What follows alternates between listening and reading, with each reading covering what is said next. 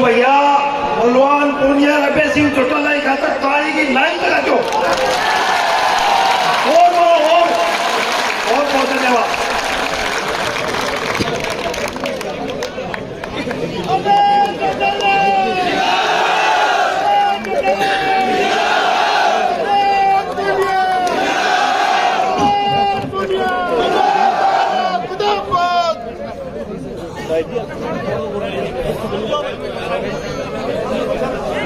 बहुत ही आदर और सम्मान के योग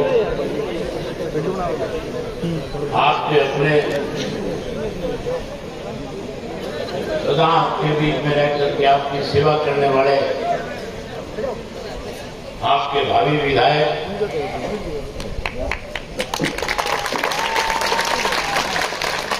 श्री बलवान पूनिया जी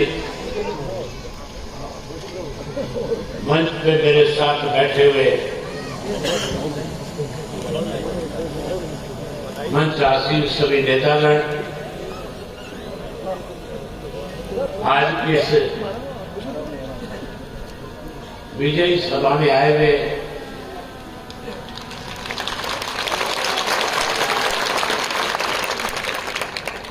गांधी और गांधी के आसपास के गांव के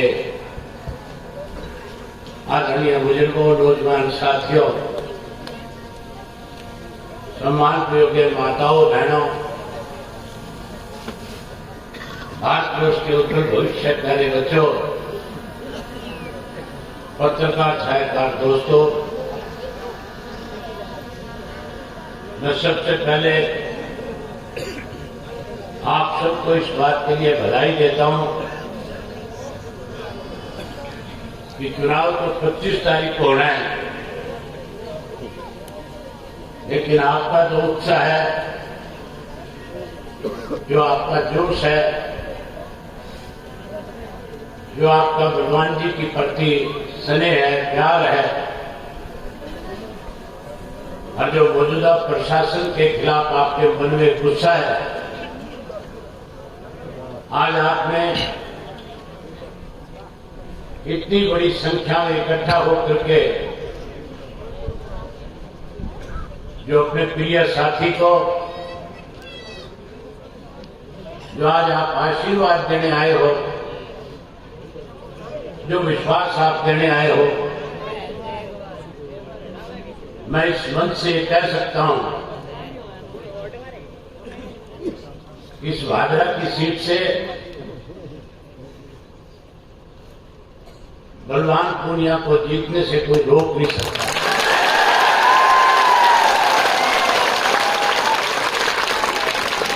जो आपका स्नेह है, जो विश्वास है, और जिस तरह से 5 वर्ष में जैसे आपने पहले इनके ऊपर अपना विश्वास व्यक्त किया था, और उस 5 वर्ष में न केवल भादरा विधानसभा क्षेत्र की बात विधानसभा में रखी, यहाँ लोगों की क्या कठिनाई थी, क्या दिक्कत थी, किन हालात से लोग गुजरते थे, कितनी बुरी हालत सड़कों की हुआ करती थी, पीने के पानी और खेत के पानी की दिक्कत और किल्लत हुआ करती थी, जहां आपकी आवाज को बुलंद विधानसभा में किया, वही प्रदेश और देश के किसान की आवाज भी विधानसभा में उठा करके किसान को एक मजबूती और ताकत देने का काम किया। मुझे याद है साथियों, जब कोरोना का काल खत्म हुआ था और किसान आंदोलन जब शुरू हुआ था, तो पंजाब के किसान जब पंजाब से आंदोलन चलाते चलाते हरियाणा की तरफ बढ़े और हरियाणा के साथ दिल्ली के लगते हुए जो 5 बॉर्डर थे, चाहे वो सिंगू का बॉर्डर था, चाहे वो हमारे साथ लगता हुआ बहादुरगढ़ का टीकरी का बॉर्डर था, यूपी का शाहजहांपुर का बॉर्डर था, पलवल का बॉर्डर था, और जो आपके राजस्थान के लगता हुआ हरियाणा और राजस्थान दिल्ली की सीमा का बॉर्डर था। वहां लाखों की संख्या में किसान देश से अपने घर को, परिवार को, खेत को, छोटे छोटे बच्चों को छोड़कर के जहां किसान की लड़ाई लड़ने के लिए लाखों की संख्या में इकट्ठा हुआ, उस वक्त भारतीय जनता पार्टी तो 3 काले कानून लेकर के आई थी, जहां देश का किसान कांग्रेस से ये उम्मीद करता था कि कांग्रेस इस आंदोलन में किसान की मदद करेगी। केवल अखबारों तक सीमित रहने वाले लोग बनकर के रह गए। अगर राजस्थान में किसी ने किसान की आवाज उठाई, आवाज बुलंद करी, तो उस शख्स का नाम भी बलवान पूनिया जी है।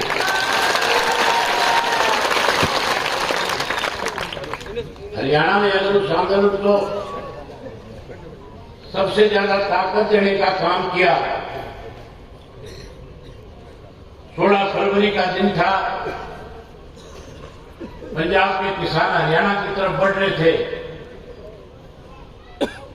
हमने अपनी पार्टी की मीटिंग बुलाई और मीटिंग बुला करके उसमें फैसला किया कि बिना किसी बैनर, बिना किसी झंडे पंजाब, राजस्थान, उत्तर प्रदेश, मध्य प्रदेश से जो किसान बॉर्डर पे है, हमारी पार्टी का एक एक कार्यकर्ता सामाजिक कार्यकर्ता के रूप में इस आंदोलन का हिस्सा बनकर के बाहर से आए हुए किसान की मदद करने का काम करेगा। जहां हमारे लाखों कार्यकर्ता ने वॉलंटियर के रूप में लड़ाई लड़ी,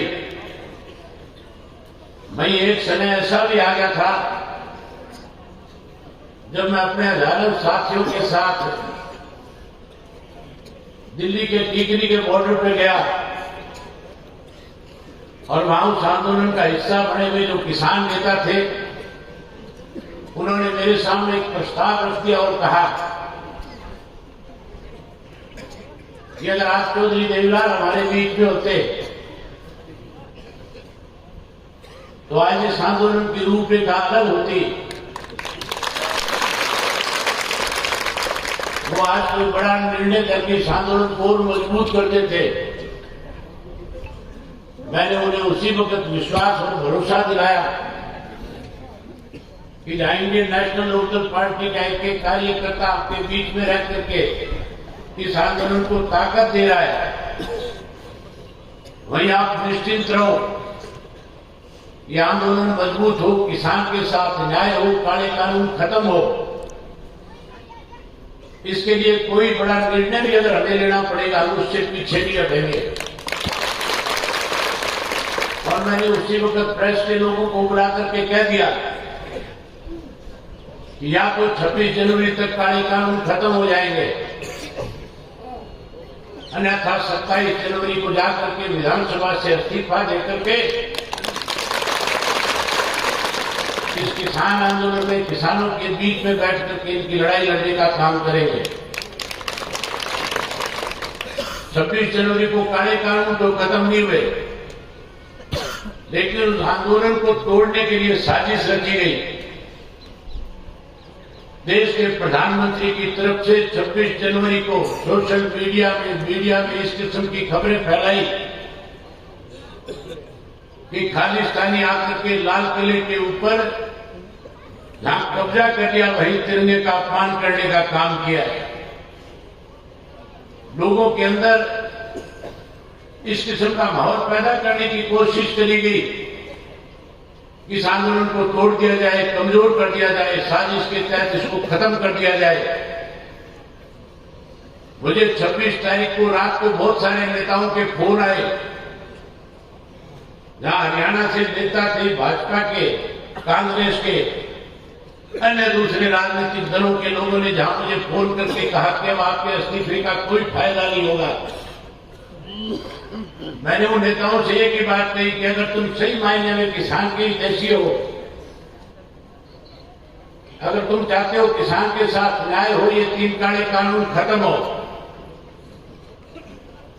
तो फिर आप लोगों को भी इस्तीफा देकर के मेरे साथ इस आंदोलन को मजबूत करना चाहिए। मैंने 27 को इस्तीफा दिया और मेरे इस्तीफे के बाद जिस आंदोलन को तोड़ने की साजिश रची जा रही थी, वहां लोगों का विश्वास आंदोलन के अंदर राजनेताओं के प्रति बढ़ने लग गया। जहां हमने लड़ाई लड़ी, वही आपकी लड़ाई को अगर सबसे ज्यादा मजबूती ने किसी राजनीतिक पार्टी ने ताकत देने का काम किया तो कम्युनिस्ट पार्टी थी, जिसका एक एक नेता उस आंदोलन का हिस्सा था। आज समय आपके विधानसभा के चुनाव हो रहे हैं। मैं भी रोजाना राजस्थान के विधानसभा के चुनाव में क्या हो रहा है इस बात पे बारीकी से नजर रखे हुए हूं। हमारे हरियाणा के साथ रास्ता और राजस्थान का बहुत लंबा बॉर्डर है। 60 से ज्यादा ऐसे विधानसभा क्षेत्र है जहां हरियाणा के लोगों के राजनीतिक संबंध, सामाजिक संबंध, पारिवारिक संबंध राजस्थान के लोगों के साथ है। रोजाना मेरा उन लोगों से बातचीत के जरिए इस बात का पता करता हूं कि किस किस्म के हालात आज प्रदेश में है, कौन सी पार्टी कल आने वाले समय में सत्ता पे काबिज होगी। मुझे नहीं लगता कि राजस्थान में भारतीय जनता पार्टी या कांग्रेस फिर से सत्ता में आ सके। हालात इस किस्म के हैं कि आने वाले समय में जो इंडिपेंडेंट्स जीत करके आएंगे, जिन्हें लोग अपना नेता चुन करके भेजेंगे, जिनमें विश्वास व्यक्त करेंगे, वो लोग अपनी मनचाही सरकार बनाने का काम इस प्रदेश में करेंगे। और उस सरकार में सबसे बड़ा रोल मैं ये मान के चलता हूं कि बलवान पूनिया जी का भी हो सकता है।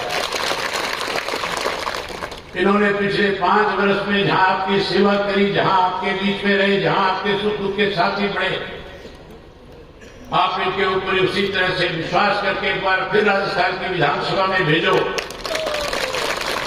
ताकि आने वाले समय में इस इलाके का और ज्यादा विकास हो सके। मुझे गांव के सरपंच साहब नंदलाल जी कह रहे थे कि जब चौटाला साहब की हुकूमत हरियाणा प्रदेश में थी 2000 से 2005 में, जब वो मुख्यमंत्री थे, हमारे इलाके में पीने के पानी की, नहर के पानी की कोई कमी नहीं हुआ करती थी। चौधरी ओम प्रकाश चौटाला इस बात को अच्छी तरह से समझते थे, जानते थे कि अगर बारिश नहीं होगी, किसान के खेत के अंदर नहर का पानी नहीं पहुंचेगा, किसान कमजोर पड़ जाएगा, किसान बर्बाद हो जाएगा, किसान का नुकसान हो जाएगा। उन्होंने जहां हरियाणा के किसान को सिंचाई का पूरे पानी देने का काम किया, जहां गांव के लोगों को ज्यादा से ज्यादा सुविधाएं दी, सरकार आपके द्वार कार्यक्रम के तहत अनेकों ऐसे काम किए जिससे लोगों को फायदा मिला। जहां स्कूल बनाए, कॉलेज बनाए, अस्पताल बनाए, जहां वाटर वर्क्स बनाए, जहां नई नहरों का निर्माण करके सिंचाई का पानी दिया। वही हमारे साथ लगता हुआ इलाका जो रोड और भादरा का था, यहाँ के किसान को भी हमने सिंचाई का पानी और पीने का पानी पहुंचाने का काम किया था। अब फिर हरियाणा प्रदेश में उसी किस्म के हालात हैं। वहां लोग आज की मौजूदा जो हमारे प्रदेश की सरकार भाजपा और जनता की, उससे दुखी है, परेशान है, उसको बदलना चाहते हैं। वही कांग्रेस को भी सत्ता से दूर करना चाहते हैं। आपने देखा था पिछला जो बाई इलेक्शन मेरा था, उस बाई इलेक्शन के अंदर मेरे खिलाफ पूरे देश के राजनीतिक लोग इकट्ठे हो रहे थे। कांग्रेस, भाजपा, जसपा, छोटे मोटे और राजनीतिक दल भी। अगर मेरे साथ कोई राजनीतिक दल मजबूती के साथ खड़ा था, कोई राजनीतिक व्यक्ति मेरे साथ मजबूती के साथ उस चुनाव में था, अगर किसी ने सबसे ज्यादा ताकत मेरे को वहां देने का काम किया तो सच का नाम भी चौधरी बलवान पूनिया है। आज वाइस किस्म की हालात है कि आने वाले समय में फिर 2024 में जब चुनाव होगा, इंडियन नेशनल लोकदल पार्टी प्रदेश में सत्ता में आएगी। जहां हम वहां सत्ता में आएंगे, वहीं आपको फिर पानी पूरा का पूरा देने का काम करेंगे, किसी किस्म की कोई कमी नहीं रहने देंगे। आज आपके बीच में कुछ ₹2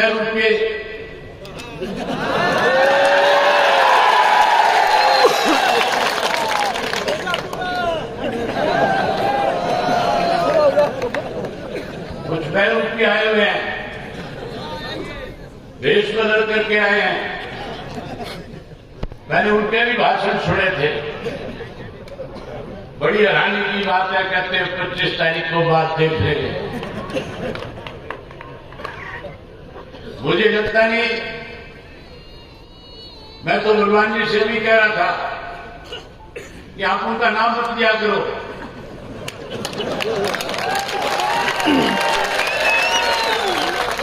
ये लोग जितना गांव में जाएंगे उतना ही बलवान जी आपका फायदा हो जाएगा, उतनी बड़ी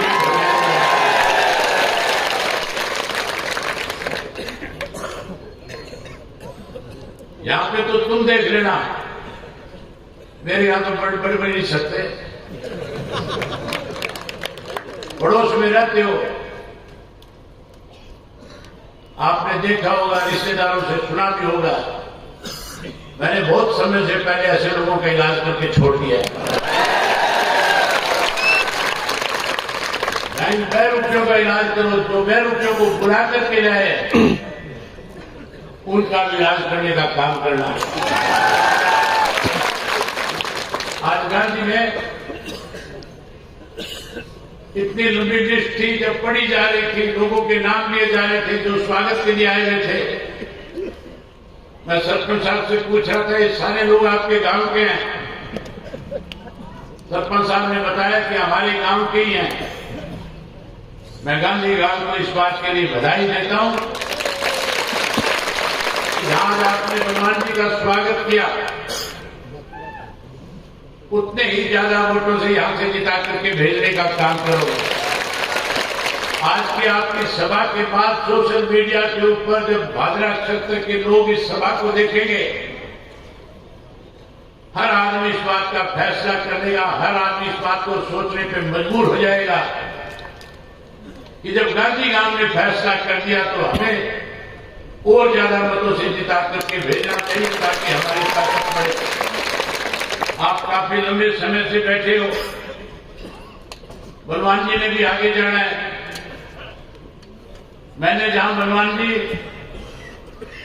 अपनी पार्टी के एक कार्यकर्ता की जिम्मेवारी आपके नॉमिनेशन से पहले गांव में जाकर के लगाई,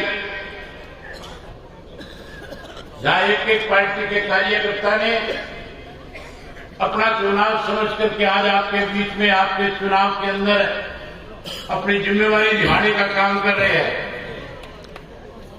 वहीं मैं इन कार्यकर्ता साथियों को फिर कहना चाहूंगा कि 25 तारीख तक जब तक चुनाव में हो जाए, एक एक वोट नहीं डल जाए, आप अपने घरों को वापसी नहीं करेंगे। एक एक वोट करा करके अपनी जिम्मेवारी को पूरे अच्छे तरीके से निभाने का काम करोगे। वहीं जहां मेरी जरूरत आप समझोगे, जिस भी गांव में जिस किसी के साथी की ढाणी में, खेत में, घर में किसी से मिलना होगा, बात करनी होगी, आप मुझे टेलीफोन पर संपर्क करके बता देना। उसके बाद मेरी जिम्मेवारी होगी, मैं अपने आप उस तक पहुंचूंगा। कैसे उस साथी को आपके साथ जोड़ा जाए, उसके लिए अपनी तरफ से हर संभव प्रयास करने का काम करूंगा, उसको जोड़ने का काम करूंगा। जहां हम अपनी जिम्मेवारी निभाएंगे, वहीं चुनाव केवल आज की तारीख में सबसे बड़ी दिक्कत चुनाव में एक और है। पहले तो चुनाव में लोग वोट डाल करके चुनाव को जिताने का और ताकत देने का काम करते थे। आज साधनों की गिनती भी होती है। आज लोग ये दिखावा भी करते हैं किसके कितने साधन घूम रहे हैं, साधनों की कमी ना पड़ जाए, किसी किस्म की चुनाव में दिक्कत ना आए। परमात्मा ने आपको सब कुछ दे रखा है, आपके कार्यकर्ता दिन रात को आपकी मदद में लगे हुए हैं, लेकिन मैं भी अपनी एक जिम्मेवारी समझता हूं। हर आंदोलन बिना सबके सहयोग के बिना नहीं लड़ा जा सकता। इसी तरह से हर इलेक्शन भी आदमी अपने बलबूते पर अकेला नहीं लड़ सकता। हर तरह की लूट होती है। जहां मेरी पार्टी का एक एक कार्यकर्ता आपके लिए दिन रात एक करेगा, वहीं में आपके चुनाव में किसी किस्म की कमी ना आए। अपनी तरफ से एक छोटी सी राशि 5 लाख रुपए देकर के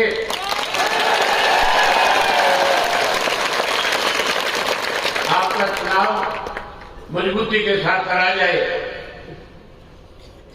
किसी भी किस्म की आपको कमी लगे, मुझे आज ही आप याद कर लेना। जहां भी होऊंगा सारे कार्यक्रम को छोड़ करके आपकी लड़ाई में आपके साथ खड़ा नजर आऊंगा। चुनाव का समय एक एक मिनट कीमती है। मैं आपके और बलवान जी के बीच में ज्यादा वादा नहीं बढ़ना चाहता, लेकिन आपसे विश्वास करता हूं